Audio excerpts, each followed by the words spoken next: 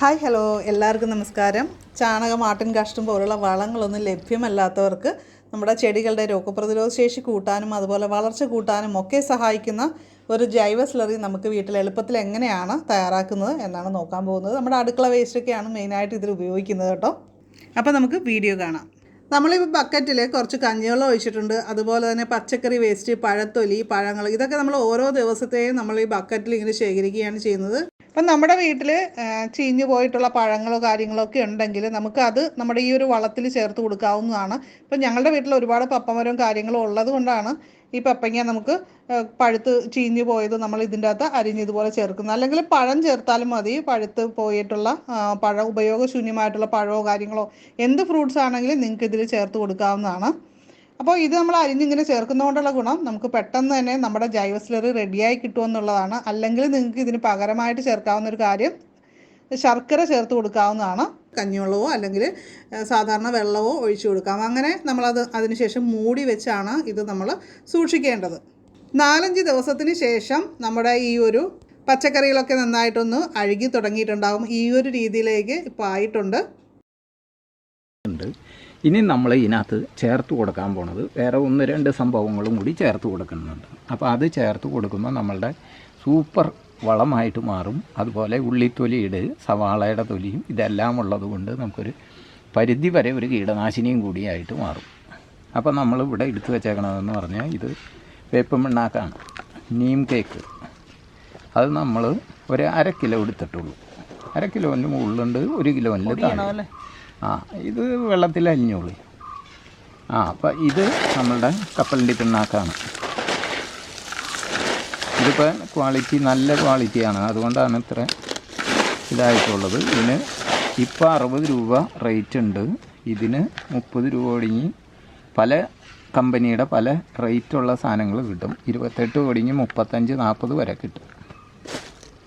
അപ്പോൾ ഇത് നമുക്ക് ഇത് രണ്ടും കൂടി ഇതിനകത്തേക്ക് ഇട്ട് കൊടുക്കാം. എന്നിട്ട് വീണ്ടും ഒരാഴ്ചയും കൂടി ഇരിക്കുമ്പോൾ നമ്മളുടെ വളം സൂപ്പർ വളമായി മാറും. അപ്പോഴേക്കും ഈ പഴത്തൊലിയും കാര്യങ്ങളും എല്ലാം ഇതിൽ കൂടെ തന്നെ അലിഞ്ഞു ചേരും. ഇത് നമ്മൾ ഇനിയിപ്പോൾ ഇതിലേക്ക് ഇട്ട് കൊടുക്കണം. എന്നിട്ട് നമ്മൾ ഡെയിലി ഒരു നേരമെങ്കിലും ഇളക്കി കൊടുക്കണം. അതിപ്പോൾ നമ്മൾ മറ്റേ പഴത്തൊലിയും പച്ചക്കറിയുടെയും കഞ്ഞിവെള്ളമൊക്കെ ഇട്ടാലും നമ്മൾ ഇളക്കി കൊടുത്തുകൊണ്ടിരിക്കണം. എന്നിട്ട് ശരിക്കും ടൈറ്റായിട്ടുള്ള മൂടികയും കൊണ്ട് അടച്ചും വയ്ക്കുക. ഇതിപ്പോൾ എന്നിട്ട് നമ്മളിപ്പോൾ റംബുട്ടാൻ തൈ, അങ്ങനെയുള്ള പഴവർഗ്ഗ തൈകൾ, അതുപോലെ പച്ചക്കറികൾ, ഇങ്ങനെയുള്ളതിനൊക്കെ ഇത് ഡൈലൂട്ട് ചെയ്ത് ഒഴിച്ചു കൊടുത്താൽ വേറെ ഒരു വളവും കൊടുക്കണ്ട. വേപ്പും പിണ്ണാക്കും, കപ്പലിൻ്റെ പിണ്ണാക്കും, പച്ചക്കറിയുടെ വേസ്റ്റും, പഴത്തൊലി, പഴവർഗ്ഗങ്ങളുടെ വേസ്റ്റ്, പിന്നെ കഞ്ഞിവെള്ളം, ഇത്രയും സാധനങ്ങൾ ചേർന്ന് കഴിഞ്ഞാൽ സൂപ്പറാണ്. ഇനി നമ്മൾ ഇളക്കി കഴിഞ്ഞിട്ട് ശരിക്കും മൂടി വയ്ക്കും. മൂടി വെക്കണമെന്ന് പറഞ്ഞാൽ നമ്മൾ ടൈറ്റായിട്ട് മൂടി വയ്ക്കുകയാണ്. അല്ലാതെ ഇതിനകത്ത് ഈച്ചയൊക്കെ കടന്നാൽ പുഴുവും കാര്യങ്ങളും വരും. ഇങ്ങനെ നമ്മൾ സ്ട്രോങ് ആയിട്ട് മൂടി വയ്ക്കുകയും കാര്യങ്ങളും ചെയ്താൽ ഒരു പുഴുവും വരില്ല, ഒന്നും വരില്ല, ഒരു സ്മെല്ലും ഇല്ല. 5 ലിറ്ററാണ് ഈ കൊണ്ടുവന്നിരിക്കുന്നത്. അത് നമ്മളപ്പോൾ 2 ഇരട്ടി വെള്ളം ചേർത്തേക്കാണ്. 10 ലിറ്റർ വെള്ളമുണ്ട്. വലിയ ചെടിക്ക് ഒഴിക്കുന്നത് കൊണ്ടാണ് നമ്മൾ 10 ആക്കിയത്. അല്ലെങ്കിൽ കുറച്ചുകൂടി 4 ഇരട്ടി ചേർക്കാം. എങ്കിലും ചേർക്കണം. തീരെ ചെറുതാണെങ്കിൽ ഒരു 8 ഇരട്ടിയെങ്കിലും ചേർക്കണം. നമ്മൾ കടല പിണ്ണാക്കും വേപ്പിൻ പിണ്ണാക്കും ഒക്കെ ഇട്ട് 5 ദിവസത്തിന് ശേഷമാണ് നമ്മളിതിപ്പോൾ ഇത് അതിൻ്റെ തെളിയെടുത്തിട്ടാണ് നമ്മൾ ഡൈല്യൂട്ട് ചെയ്ത് ഒഴിച്ചു കൊടുക്കുന്നത്. അപ്പോൾ നമ്മൾ ഫംഗസ് കാര്യങ്ങളൊന്നും വരാതിരിക്കാൻ വേണ്ടിയിട്ട് കുറച്ച് അകത്തി വേണം വളം ഒഴിച്ചു കൊടുക്കാനായിട്ട്. ജൈവ സ്ലറികൾ ഇതേപോലെ നമുക്ക് ഈസി ആയിട്ട് തയ്യാറാക്കി നമ്മുടെ പ്ലാന്റുകൾക്കൊക്കെ, വളർന്നു വരുന്ന പ്ലാന്റുകൾക്ക് വളരെ നല്ലതാണ് ജൈവ സ്ലറി ഒഴിച്ചു കൊടുക്കുന്നത്. ഇത് ഈ ഒരു പ്ലാന്റിന് പ്രത്യേകിച്ചും നല്ലതാണ്. വളരെ സിമ്പിളായിട്ടുള്ള ഒരു വളമാണ്, എന്നാൽ നല്ല റിസൾട്ടുള്ളത്, നല്ല ഗ്രോത്തും കാര്യങ്ങളും ഉള്ളതാണ്. നമ്മുടെ അടുത്തുനിന്ന് കുറേ പേര് കസ്തൂരി മഞ്ഞൾ വാങ്ങിയിട്ടുണ്ടായിരുന്നു. അപ്പോൾ അവർക്ക് പലർക്കും എങ്ങനെയാണിത് നടേണ്ടതെന്ന് ഡൗട്ടുണ്ട്. അപ്പോൾ അവർക്ക് വേണ്ടിയിട്ടാണ് ഇനി പറയുന്ന കാര്യങ്ങൾ. അപ്പോൾ ഇത് വിത്ത് കാര്യങ്ങൾ കിട്ടിക്കഴിഞ്ഞാൽ ആൾക്കാർ എന്ത് ചെയ്യണമെന്ന് വെച്ച് കഴിഞ്ഞാൽ ഇത് പീസുകളാക്കിയിട്ട് അടർത്തിയെടുത്ത്, ഇപ്പം നമ്മളുടെ ഇത് തന്നെ ഇത് 3 പീസാക്കാം. 1, 2, 3.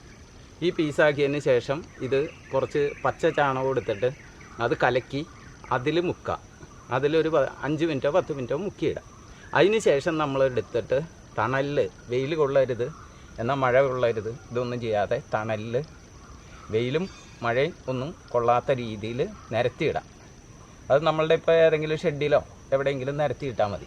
ആ നിരത്തിയിട്ട് കഴിഞ്ഞിട്ട് നമ്മൾ ഒരു മാസമൊക്കെ ആകുമ്പോഴേക്കും ഇതുമെല്ലാം ഇതിലും മുകളങ്ങളിലും മുള വരും.